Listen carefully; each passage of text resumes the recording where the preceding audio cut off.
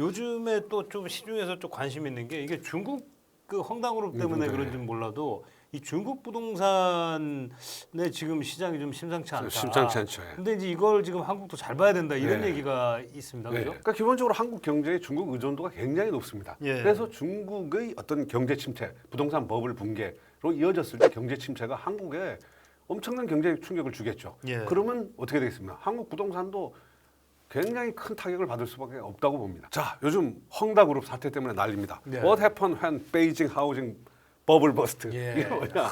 지금 예. 베이징의 주택 버블이 붕괴됐을 때 어떤 예. 일이 일어날 것인가? 관심 가져야 됩니다. 이건 우리뿐만 아니라 전 세계가 지금 관심을 예. 가지고 있습니다. 조금 요거는 어디 뭐 월스트리트저널 같은 뭐 그런 데 데가 나온 그렇죠? 겁니다. 예, 예. NYT, 월스트리트저널 예. 이런 데 다 요즘 헝다그룹 때문에 난립니다. 예. 중국 부동산 대도시 강풍이 멈췄습니다. 예. 지방 도시는 붕괴 위기 고조되고 있습니다. 네. 아까 뭐 어떤 지역에서는 뭐 한 40% 떨어지기도 하고 그렇죠. 그다음에 제가 지난 시간에 좀 한번 살펴봤었죠. 예, 그렇죠. 잠깐 살펴봤었죠. 예. 예. 차이나 하우징 크라이시스. 예. 그럼 도대체 무슨 일이 벌어지고 있냐? 예. 부동산 시청하는 게 뭐냐면 헝다그룹. 예. 뭐 들어보셨죠? 민간 1위의 건설업체입니다. 예. 국영 합쳐서는 2위입니다. 예. 우리로 치면 옛날에 현대건설 뭐 굳이 얘기하자면 예전 그 정도입니다. 1위는 LH공사쯤 되겠죠. 예. 이게 지금 뭐 거의 파산 위기입니다. 이게 어느 정도냐면 헝다그룹이 계약금을 선지급한 부동산만 해도 150만 채.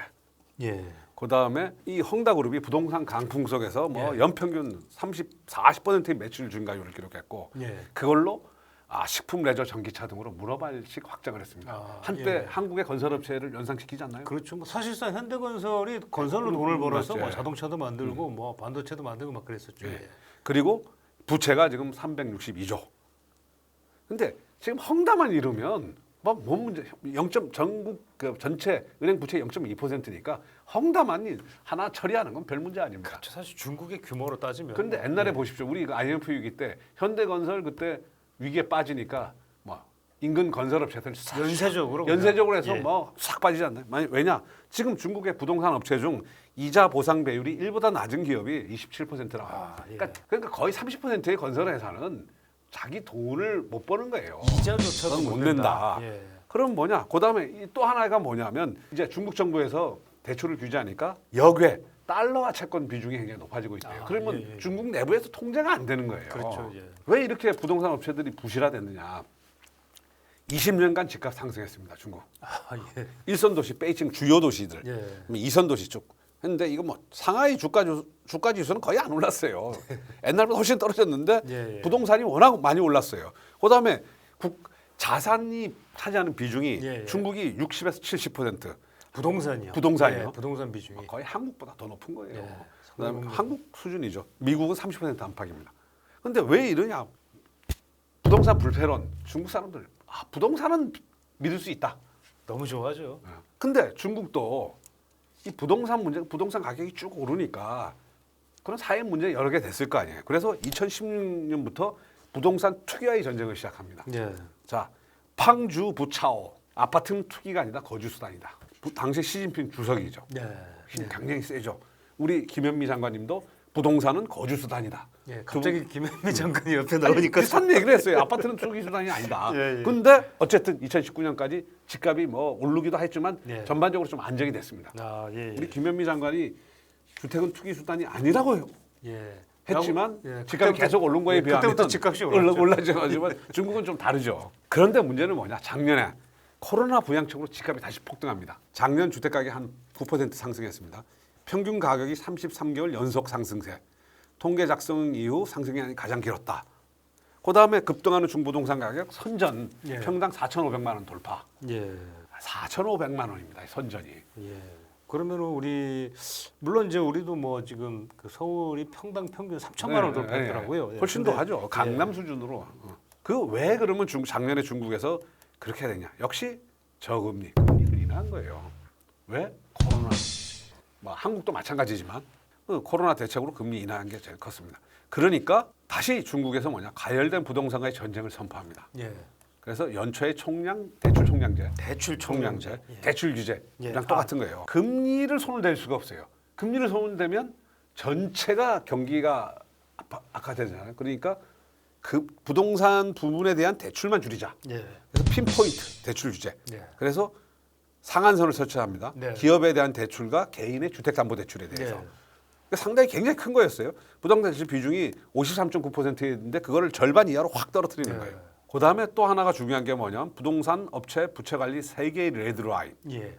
뭐 이건 뭐냐 자산 부채율이 70% 초과하거나 순 부채율이 100%를 초과하는 이런 기업에 대해서는 예. 부동산 기업에 대해서는 완전히 대출을 막아버리는 거예요. 예. 그러면 어떻게 될까요? 버티기가 쉽지 버티기가 않죠. 힘들겠네요. 어차피 그러면- 지금 부동산 업체들이 앞서 말씀하셨지만 이자 보상 비율도 못 내는 데들이 10곳 중에 3곳인데 세 곳이면 예. 그럼 다 망하는 거예요. 그렇죠. 빚으로 결국 연명했던 업체들은 뭐 다 그냥 망할 수밖에 없는. 그게 바로 헝다 사태의 배경은 뭐냐? 네. 이거에 있는 거예요. 네. 올 1월에 부동산 대출이 전년 대비 뭐 투자가 38% 증가하고 예. 대출이 14% 늘어났어요. 예. 최근 7년 만에 최고치예요. 그 다음에 1분기에 선전 부동산 가격이 전년 대비 19% 뛰었어요. 이렇게 되면 공산당 가만히 있겠어요? 그렇죠. 공산당 열 확 받아버렸어요. 열 받으면 어떻게 되겠습니까? 행정지도 세게 하는 니들 이거 못 지키면 너 옷 벗는다. 예. 막 그렇게 한 것 같아요. 실제 제가 본 건 아니고. 예. 그렇게 추측이 됩니다. 네. 예. 그때 뭐냐면 야 백약이 무효다 뭐냐 정부가 이랬는데 시진핑이 김현미냐 뭐 이런 얘기도 나왔을 것 같아요. 그래서 베이지 금융당국에서 야 더 세게 줘. 예. 막 이런 지시들이 이제 막 내려옵니다. 예. 그랬더니 어떻게 됐냐? 8월 중국 주택 판매가 전달 대비 20% 이때 세게 했어요. 급감했네, 이때 세게 한 거예요. 그러니까 그 파산기업 신책 평균 하루 한 개꼴로 부동산 기업 늘고 있어요. 작년 최대 폭으로 우리 시주성님이 뭐라고 한마디 하신 거예요. 대출 총량 규제 8개월 만에 엄청난 효과를 가져온 거예요. 그러니까 대부분 상한제 딱 규제를 맞췄어요. 예. 그 10년 내 최대치로 떨어진 부동산 대출 증가율. 예. 역시 대출 규제라는 게 제대로 지키면 엄청난 그 파워풀한 거예요. 효과가 있는 거예요. 그럼에도 불구하고 한국에서도 여러 전문가들이 예. 야 헝다 사태 별거 아니야. 그 예. 정도면 중국 공산당이 충분히 처리할 수 있어. 예. 라고 주장하는 분들 많잖아요. 많죠. 예. 예. 예. 그 배경이 뭐냐면 예. 중국판 부동산 불패론. 중국이 뭐냐? 예. 도시화 낮은 도시화율. 예. 지금 한 60% 전유예요. 한국 85%, 미국 84%. 그러면 야 앞으로 계속 도시로 몰려간다. 그러면 도시에 사람들이 도시로 몰려갈수록 도시의 집값은 계속 오른다. 그러면 지금 집값은 오히려 싸다. 더 올라갈 수 있다. 높은 경제 성장률. 자, 지금 2000년대 10%였지만 지금 60, 70%예요. 근데 이 정도 경제 성장률은 약간의 조정이 있겠지만 간다. 그러면 경제 성장률만큼 주택 가격은 오른다라는 거. 그다음에 부동산 의존형 경제. 지금 중국 경제의 29%가 부동산이에요. 네. 부동산 관련업이. 그러면 네. 도대체 중국 정부가 대출 규제 할 수 있겠느냐 계속. 저렇게 헝다 제2의 헝다 제3의 헝다 그럼 중국 무너지는 걸 방치하겠느냐? 아니다. 저 헝다 저거 그냥 구제금융 넣어가지고 땜빵 할 거다. 예. 라는 시각이 강해요. 네. 그럼 이것만 있느냐? 주택 위에 중국에서 대체 수단이 별로 없어요. 투자 수단이. 아까 주식 시장은 막 꼬라박아 있고 그래서 중국에 보유세도 없어요. 그래서 다주택이 별로 부담이 안 돼가지고 아까 예. 2주택, 3주택, 4주택자 굉장히 많아요. 집 없이 결혼도 좋은 학교도 없다. 부동산에 강분하는 중산층. 예. 그다음에 또 중요한 게 자치단체 수입 구조.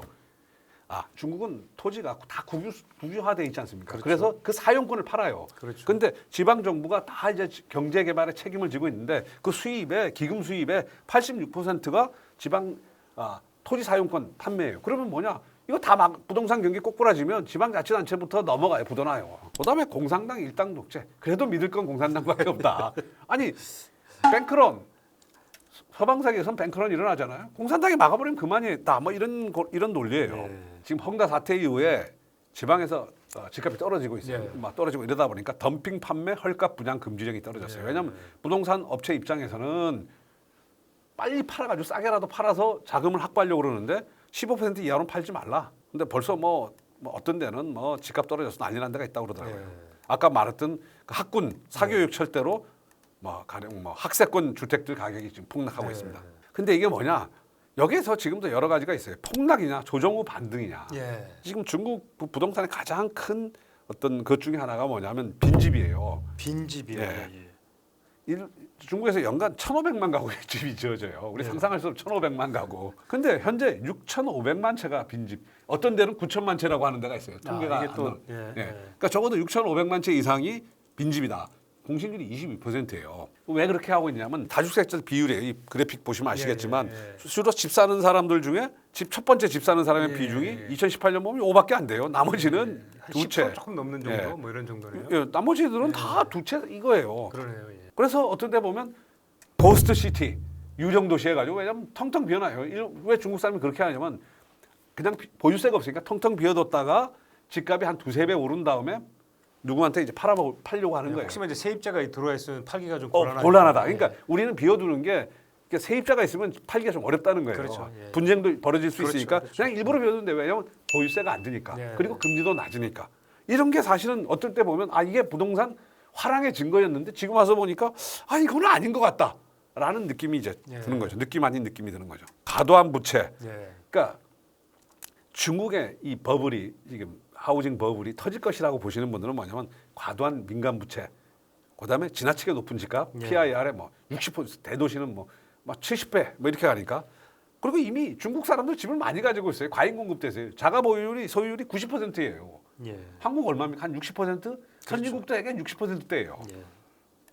그다음에 빈집 과잉 공급 아까 말씀드렸던 그다음에 부동산 관련 산업은 중국 GDP의 거의 30%, 선진국대 한 10% 수준이에요. 가계 자산의 60, 70% 부동산이다. 예. 부동산 가격이 떨어지는 순간 가계 부도로 연결돼요. 그다음에 또 근본적인 거 장기적으로 보면 인구 증가율이 감소를 하고 있어요, 중국도.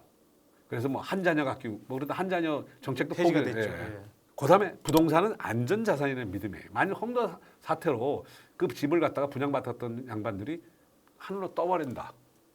그러면 보증 제도가 우리는 주택 보증이 있어가지고 문제가 없는데 중국은 주택 보증 제도를 안 만들었던 것 같아요. 그리고 가장 이제 전문가들 중에 외국 전문가들을 위험하게 생각하는 게 경제 위기 처리에 대한 경험이 부족한 거 아니냐, 없는 거 아니냐. 우리만 하더라도 IMF, 리만 쇼크 겪으면서 이런 일이 터졌을 때 어떻게 해야 된다 있잖아요. 근데 중국만 하더라도 그런 경험이 없어요. 지금 뭐 예. 자본주의화된 이후로 자본주의는 아니죠. 시장 경제로 이행한 이후로 어쨌든 약간의 어쨌든 경기 침체는 있어요. 근본적 경기 침체가 없었어요. 결국 뭐냐? 시진핑의 리더십이 아니겠느냐. 지금 제일 중요한 게 뭐냐면 시진핑이 지금 목표는 뭐냐면 공동부유, 집값을 안정시켜야 된다는 거. 그다음에 시장 안정, 예. 부동산 연착륙을 시켜야 된다는 두 가지 목표를 동시에 지금 추구하고 있어요. 참 쉽지는 않아요. 근데 그래서 보면 정책도 부동산 대출을 제한하는 정책과 부동산 세일 금지, 가격 인하 금지령 15%로 제한하는 예. 동시에 내려졌어요. 그러니까 뭔가 좀 안 맞는 정책이죠. 예. 근데 이게 사실은 우리가 20년간 뭐 10몇 년 전부터 중국의 부동산 버블이 붕괴할 것이라는 경고는 있었지만 어쨌든 지금까지 성장을 해왔어요. 근데 이번 위기를 정말 극복할 수 있을까? 중국의 이 부업을 붕괴에 대해서 굉장히 걱정 많이 해요. 뭐 NYT, 뭐 월스트리트, 이코노미스트 보면 다 난리예요. 이유는 네. 뭐냐면 중국이 이번 위기를 극복하지 못하면 또 다시 어떤 세계 경제 위기로 전이가 될 수가 있어요. 예. 특히 우리는 뭐냐? 다른 나라보다 훨씬 더 대중국 수출 의존도가 높은 나라 아닙니까? 우리 수출 가장 상대 1위가 중국으로 바뀐 지 오래됐어요. 그럼 만일 이런 것이 그냥 잘 넘어가면 상관없는데 중국의 부동산 시장이 붕괴하고 경제가 침체된다. 한국에 무슨 영향을 주겠습니까? 한국 성장률 급격히 떨어져요. 그다음에 한국도 지금 우리도 지금 부동산은 절대 안 떨어질 거라는 믿음이 강하잖아요. 그렇죠. 부동산 불편, 강남 집값 괜찮을까 이러는데 베이징의 집값이 폭락한다, 선진의 집값이 폭락한다 이런 현상이 나타나면 부동산 불편, 부동산에 대한 믿음이 한국에서 당연히 깨져요. 왜냐하면 우리보다 중국의 부동산 시장에 대한 믿음이 사실은 구조적으로 보면 더 오를 수 있는 요인들이 중국이 훨씬 강해요. 중국은 뭐 어쨌든 고도 성장 국가고 우리는 아직 이제 성숙 경제로 접어드는 예. 단계고 도시화율이 우리는 뭐 한 80% 이상이지만 중국은 60%고 그다음에 우리야 뭐 솔직히 정부라는 게 뭐 어떤 집값이 폭락했을 때 막아줄 그게 없지만 중국은 정부가 나서가지고 야 집값 떨어지지 마라고 하는 나라니까. 예, 뭐 중국은 뭐 아까 얘기했지만 맨 마지막이 결국은 공산당, 네. 땅 독재 네. 예, 이게 있기 때문에 그게 제일 큰 안전파이죠. 네. 사실. 그러니까 어쨌든 지금 중국에 대해서 우리가 잘 봐야 될 것 같아요. 지금 이거 아무것도 아니야. 라고만 보기는 참 어려운. 물론 얘기했어요. 우리 15년 전에도 그렇고 중국 위기는 항상 있어 왔지만 어떤 한 국가가 뭐 경제 지금 개혁 개방한 지 1980년대라고 보면 30년 됐나요? 40년이죠. 40년 동안 예. 한 번의 위기도 없이 뭐 중국은 뭐 그러면 뭐 중국 공산당이 그렇게 무오류의 존재인가요? 한 번의 위기도 없이 그냥 지속할 수 있을까요? 그래서 보면 더 엔드 오브 차이나즈 이코노믹 미라클 끝날 거냐 말 거냐. 이거 지금 왜냐면 40년 동안 별 큰 위기가 없었어요. 미라클의 미라클. 예. 기적이 계속될 거냐 말 거냐. 이 미라클 여하에 따라 미라클의 지속이냐 아니냐에 따라서 한국 경제, 한국 부동산 굉장히 큰 영향을 줄 수 있습니다. 그렇죠. 예. 그러니까 결국은 이제 이게 이제 아까 말씀하신 것처럼 이제 폭락으로 정말 붕괴로 가느냐 아니면 조정호 반등이냐 그 부분이 이제 문제가 될 것 같아요. 예, 중국 공산당이 과거에 보면 리만 쇼크 이제 일본의 버블 붕괴에 대해서 예. 그다음에 리만 쇼크 후에 미국의 그 붕괴에 대해서 굉장히 철저한 연구를 했다고 그러더라고요. 예. 그래서 보면 과거에도 보면 집값이 떨어지면 또 부양책을 쓰고 올라가면 또 이제 누르고 예. 뭐 이러면서 지금까지 잘 조절해 왔어요. 그렇죠. 이번도 사실은 어느 정도 수준에서 좀 조절하려고 할 거예요. 왜냐하면 헝다그룹 사태가 너무 또 심각해지니까 저거를 어떻게 조절할까 지금 타이밍을 보는 것 같아요. 예.